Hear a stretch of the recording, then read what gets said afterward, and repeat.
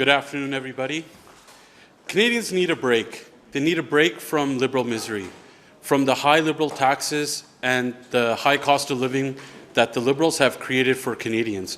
The Prime Minister, who's completely out of touch, has said that affordability is the best it's ever been in an entire decade, but the numbers don't lie. 2.2 million Canadians are going to a food bank in a single month. Insolvencies are on the rise. More and more people and more households are becoming food insecure. So as the Liberal track record goes, the Liberals have only introduced half measures. They're only taking a third of the tax off for a third of the year when it comes to fuel taxes. That's why Conservatives under Pierre Poilievre in today's Opposition Day motion are calling for all federal fuel taxes to be removed for the rest of the year. This would save Canadian families 25 cents per litre, and it would save a total of $1,200 for Canadian families just this year. And the Liberals keep blaming global factors on this, but if we look at 2014, when there was also the same type of global factors, and at that same time, the price of oil was $10 more than it is today. Right now, Canadians are paying 45 cents per litre more than when they did in 2014. And in fact, today's date, Canadians are paying 16 cents more litres than the Americans are. All of the difference is just Liberal taxes. So once again, under Pierre Poilievre, Conservatives in today's Opposition Day motion are calling for a break for Canadians for the rest of the year by taking all federal fuel taxes off for the rest of the year for Canadians. Thank you. Merci beaucoup. Alors bonjour. C'est le temps de donner une pause aux Canadiens, aux Québécois qui paient trop cher leur essence. Je reviens de 2 semaines de circonscription. On a rencontré beaucoup de gens. Et le dernier plein que j'ai fait à Tetford Mines était à 2 $ le litre. Et c'était le message que j'ai entendu partout dans la population. Pourquoi le gouvernement n'agit pas sur le prix de l'essence? C'est la principale préoccupation avant toutes les autres offres et demandes et propositions qui ont été faites par les gouvernements. Aujourd'hui, ce qu'on demande au gouvernement, c'est assez de demi-mesures, c'est d'annuler toutes les taxes sur l'essence et le diesel jusqu'à la fin de l'année, ce qui va donner un rabais additionnel de 25 cents le litre à tous les Canadiens, qui n'est pas négligeable. C'est pas donné à peu près 1 200 $ par famille dans leur poche. Donc, c'est une mesure qui peut venir à bout immédiatement et aider à souffler un peu alors que l'été arrive. On sait que les Canadiens vont avoir des choix à faire difficiles au cours des prochaines semaines, des prochains mois. Ce qui est un peu aberrant, c'est que si on recule un peu en arrière, on se rend compte qu'en 2014, il y avait à peu près les mêmes crises mondiales, il y avait la même situation, et on payait 45 cents le litre de moins qu'aujourd'hui on paie le litre d'essence. Et pourtant, le prix du baril de pétrole est aujourd'hui 10 $ de plus qu'il l'était en 2014. Donc, c'est pour les Canadiens une situation quand les libéraux de Mark Carney disent que c'est une inflation et que la situation est la même et que ça n'aurait pas changé. Non, c'est pas vrai.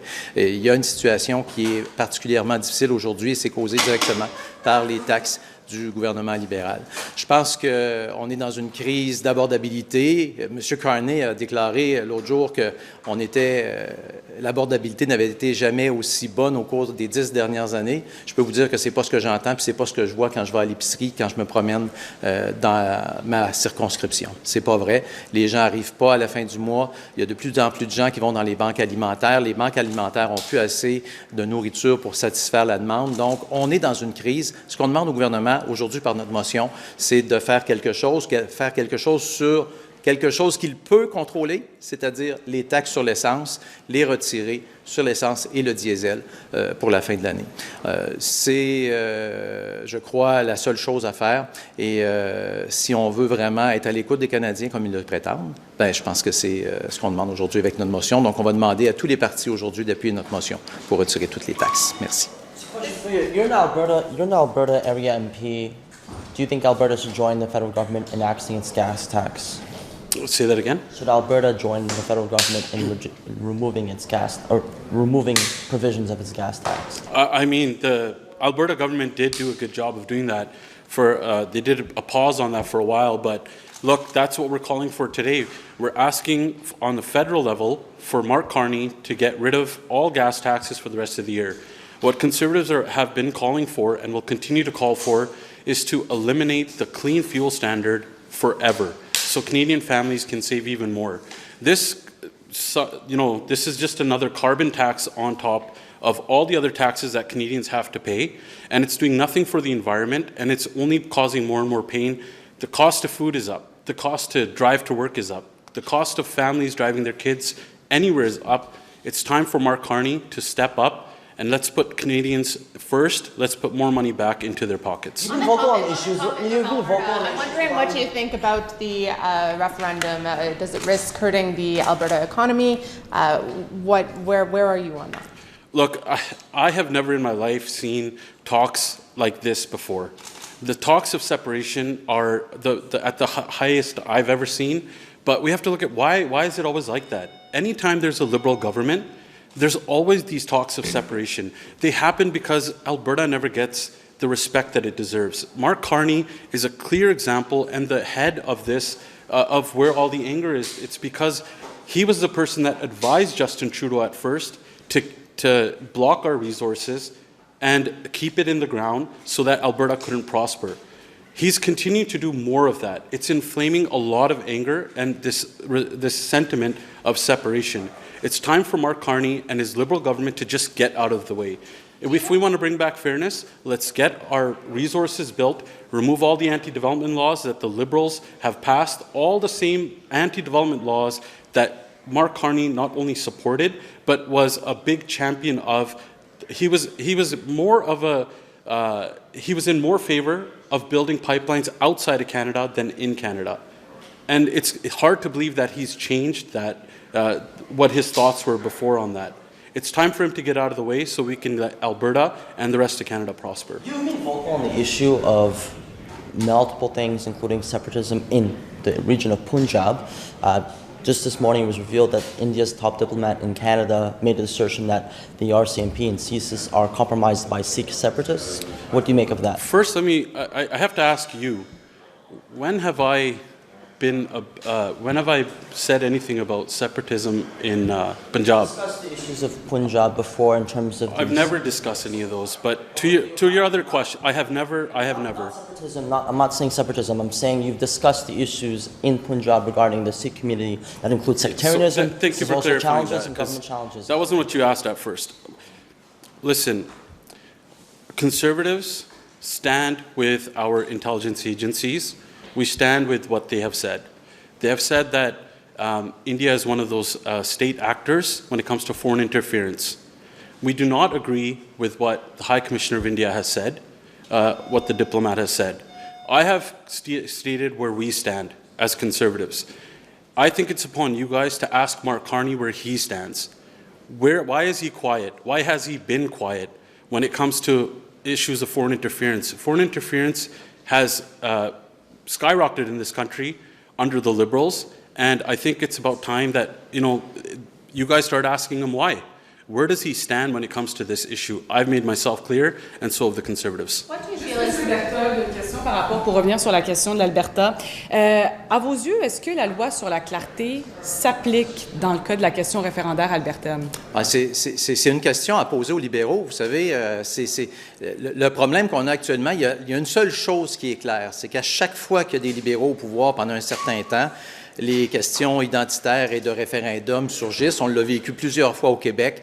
On l'a vécu sous Pierre Elliott Trudeau à l'époque. Et là, on le revit encore maintenant sous Mark Carney. Donc, c'est malheureux, mais c'est comme ça. Les libéraux, malheureusement, sont centralisateurs, s'ingèrent dans les champs des provinces. Et à force de se faire marcher sur les pieds comme ça soulève des questions identitaires et séparatistes comme on les voit aujourd'hui. Donc, la question qu'il faut poser, c'est pourquoi est-ce qu'à chaque fois qu'il y a des libéraux au pouvoir, il y a des mouvements séparatistes et indépendantistes qui se soulèvent, et on en voit un encore en ce moment. On a vu la montée du Parti québécois au Québec. Donc, la question doit être posée aux libéraux. C'est à eux à répondre à cette question-là. Puis juste par rapport à C-22, quel genre d'amendement est-ce que votre parti aimerait voir dans le projet de loi? Bien, présentement, on sait tous qu'on doit donner les outils nécessaires aux forces de l'ordre pour être capable d'intervenir pour être capable de prévenir les crimes, pour être capable de faire leur travail. Cependant, Comme à chaque fois, les libéraux veulent donner l'impression d'agir, mais c'est juste une illusion parce qu'ils en profitent pour aller trop loin, comme on le voit dans le projet de loi C-22, dans certaines sphères, notamment dans la protection de la vie privée des gens. Ils sont allés beaucoup trop loin, donc on va attendre de voir le projet en comité et on va proposer sûrement des amendements pour tenter de répondre à cet objectif clair-là qui est de permettre aux policiers d'agir tout en protégeant la vie privée des Canadiens et des Québécois. Just if I could ask Mr. Hallan, what do you think the role is of the opposition in the discussion about Alberta separatism? Because obviously it's your job to hold government to account, but at the same time I assume you don't want to inflame things unnecessarily. So just could you explain to me what you think the role is of the Conservatives at this time? Look, as an elected Alberta MP, my constituents have consistently said that it's the Liberal government, and we know that because of all these anti-development laws, that we just want fairness. And if Alberta gets its fairness, which means removing all these anti-development laws so we can develop more, help with the Canadian economy, help create more good jobs, that's good for everyone in Canada. Alberta always does its fair share, and we're willing to do a lot more. We just need this federal government and Mark Carney to get out of the way. We need to get rid of Bill C-69 that doesn't let any projects get built, get rid of Bill C-48, the tanker ban that doesn't let our product go to the Asian markets, and of course get rid of the industrial carbon tax. That is what Conservatives, and as an Alberta MP, that's what we're calling for. That helps create fairness because Alberta isn't just helping Alberta. By doing that, we're helping all of Canada, and we can help the world with our world-leading low-carbon energy. How will you vote in October? Sorry? Sorry, you said you're an Alberta MP? Yeah, we've been very clear. As an Alberta MP, I believe in a strong Alberta within a united Canada. Thank you.